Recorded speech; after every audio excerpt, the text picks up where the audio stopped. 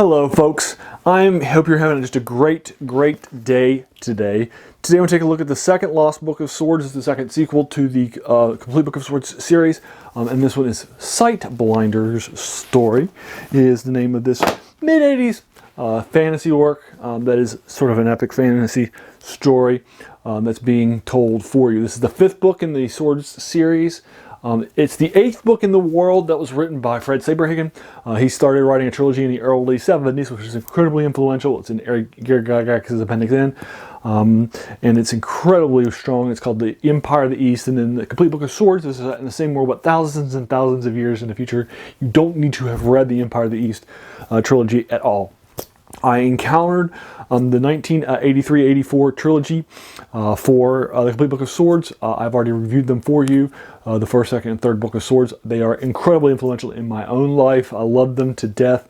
They were the second adult book I read in trilogy. I read J.R.R. Tolkien's Lord of the Rings, and then I went back to some young adult fiction in fantasy with Anne McCaffrey's Dragon Song, Dragon Singer, and Dragon Drums trilogy, and then I went back to, like, what have I missed? And I picked up a copy of all three books in the Complete Book of Swords trilogy, as written by Fred Saberhagen. So this was the second trilogy, second books that I read that were written for adults rather than for children. I loved it. It was incredibly influential on me. I've now read it several times. The last time I read it before just now was probably about 15 or 16 years ago, and I'd forgotten part of it. So I went back and reread it. The original trilogy. I also had read there are some sequels to it, and the first three sequels are in this trilogy.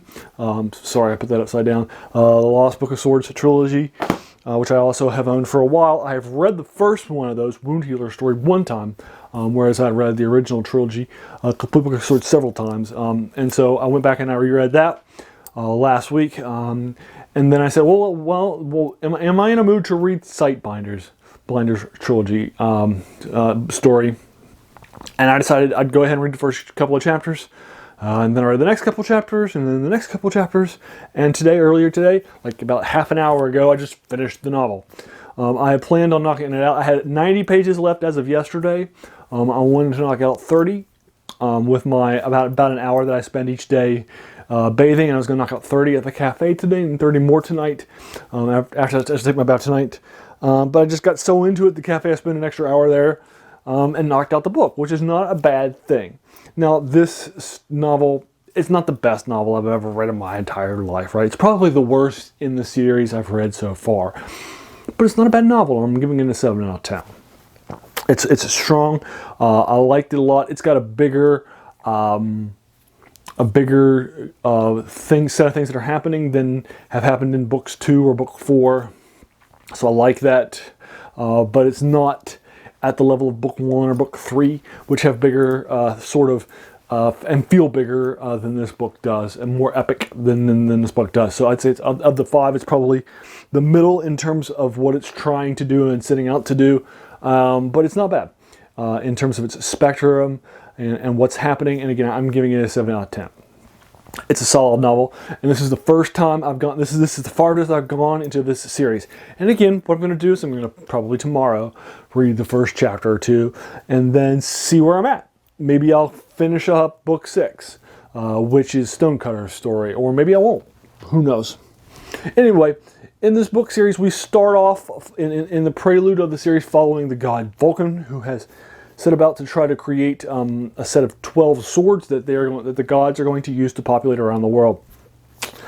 He sets up a forge, he sets up the stuff, and he creates those swords in the prelude using the assistance of humans that he has drafted into his service, upon which he will slake the blood's thirst on and temper them in their blood.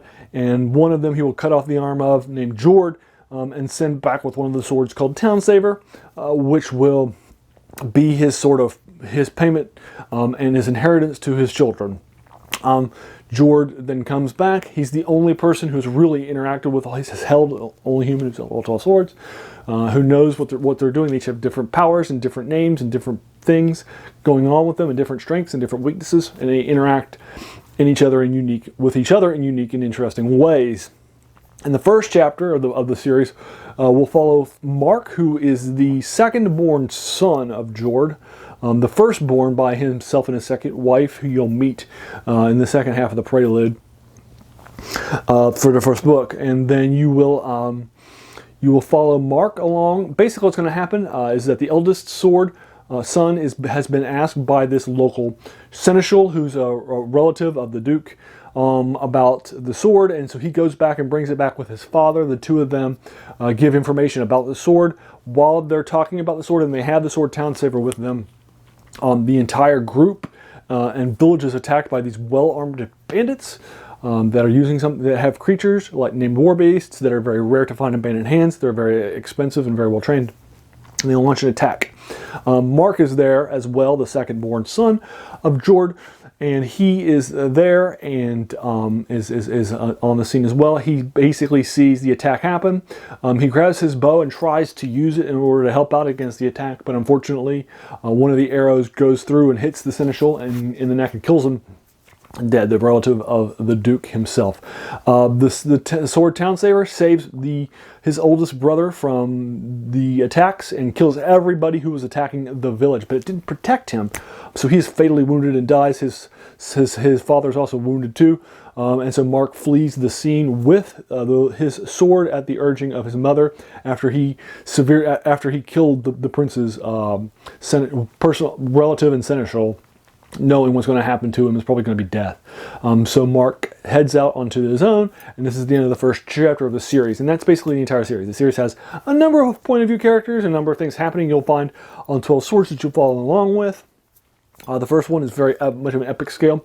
The third one is very much of an epic scale, arguably even more epic. The second one is just an advanced Dungeons & Dragons module. It's nothing major. The fourth one is basically just another quest too, although you find out about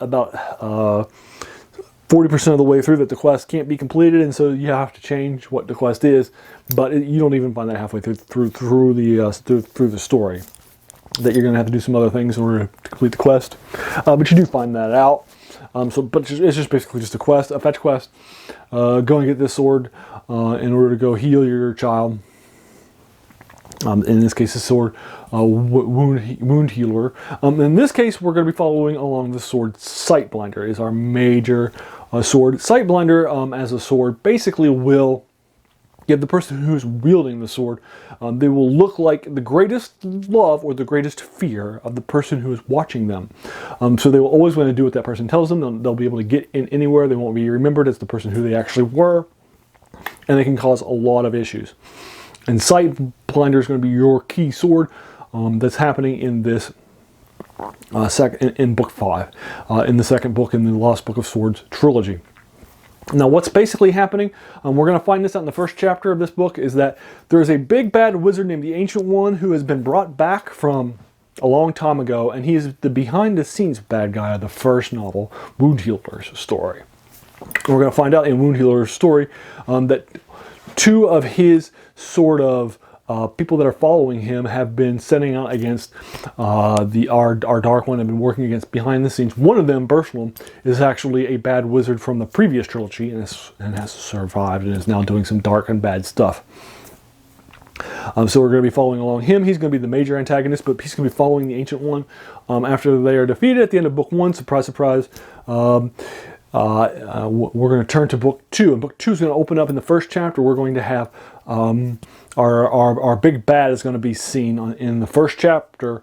The Ancient One is going to be seen, who's been summoned from, who's been thought to have been dead for hundreds and hundreds and thousands of years, but has suddenly been brought back to life through some unknown means. Although we'll find out that means in this book, and what actually happened and how he came back. But in chapter 1, he is going to encounter Mark. Now, Mark has the Deus Ex Machina of all the swords, Shieldbreaker, as his thing. Now, Shieldbreaker's only weakness, which we'll find out in book 3, when it's being wielded by a god, is that the person who is wielding it does not deem worthy foes that are unarmed. So it won't do anything against foes that are unarmed. You're going to find this out. Well, Mark has but it will defeat all the other swords. And in fact, it defeats 2 swords and destroys them in the first trilogy. In book 3, So you'll find out that this is the Deus Ex Machina sword. This is the most powerful sword of a lot of the swords, and Mark has it, our major point of view character. And in the first chapter, our major point of view character for all of this entire series of books, although each book will introduce new characters, and this book will too, is captured in chapter 1, along with Shieldbreaker by the big bad, and now the big bad has the Deus Ex Machina sword, Shieldbreaker. Uh-oh, that's not good. And our protagonist has been captured too. Mark has been captured as well. So our protagonist and the most powerful sword in the series are both now in the hands of the big bad, of the Ancient One. Dum, dum, dum. So what will happen? We'll be finding out very quickly. A person's going to be following along. We'll be introduced in like chapter 3 that Sightblinder's in a nearby town. And our other heroes like Ben and Sultan, who's introduced as a hero in book 4, are going to be introduced. We're going to have a new character, Arneh, who's a major point of view character too. He's a peasant in a local town nearby the place where the big bad has set up his residence after he took it over from a good wizard who we captured and took out. So he is now taking over this castle that this good young upstanding wizard was at. That Mark was heading to, because Mark's son is an incredibly strong and gifted mage, and he was considering having him become the apprentice of this guy, this powerful mage. So this mage is a powerful mage, a good mage, known far and along, and one of the peasants, Arneh, is one of the major point of view characters of this story, as well as Ben and Zoltan from book 4 and Ben from book 1. Of the entire series. So these are characters that will be coming back. We'll also follow along with the Ancient One, starting about 3/4 of the way through the story. There'll be some chapters and halves of chapters that will be following along with the Ancient One as well, as he's exploring. Mark won't be a point of view character. He's actually captured in book 1, but from the scene of Ben, who's with him at the time that he's captured. Along with Shieldbreaker. So Mark, who has been our main point of view character, is in this book, but nothing is told from his point of view. He's just the secondary character, which is, I think, an interesting choice by Fred Saberhagen to have his major point of view character also be in this novel too, but have been captured, needs to be rescued, and after he's rescued, he's not a major character. He's not our point of view character moving forward. And it'll be interesting to see in book 6 if Mark resumes his role as the primary point of view character for the series or not, or whether we move on to another one, which is Stonecutter's sword. So we'll go ahead and follow it for you. But I'll go ahead and leave it to you there. That is Sightblinder's story by Fred Saberhagen in the mid-'80s as a publication of this series that I just love so much. And this is the farthest I've read into the series. And again, I'm not going to promise you book 6, but I'll start book 6. Although, again, I like to be organic with my readings and my reviews of those readings. As you know, if I read the first couple of chapters and I'm just pulled away by something else, or my attention's grabbed somewhere else, you know, I'm obviously going to spend time with that, and that I want to be organic with that. So I'm not going to promise you book 6 in the series, book 3 in the Lost Book of Sword series, but hey, I'm going to at least promise you the first couple of chapters, and then we'll see where we wind up. So there you are. Have you read the book? What did you think of it? Did you agree or disagree with me in any major ways? I would be more than happy to engage you with it further in the comments below. If you like this video, please feel encouraged to hit that subscribe button, because there's going to be a lot more of these to follow in fantasy, science fiction, and horror. And finally, hey, I just want to thank you for taking some time out of your day and watching and investing in my video. We all have so many things that are happening in our lives, right? And we're being pulled in so many different directions. So the fact that you spent this time with me is incredibly humbling, and I really appreciate it. So thanks again, and have a great day.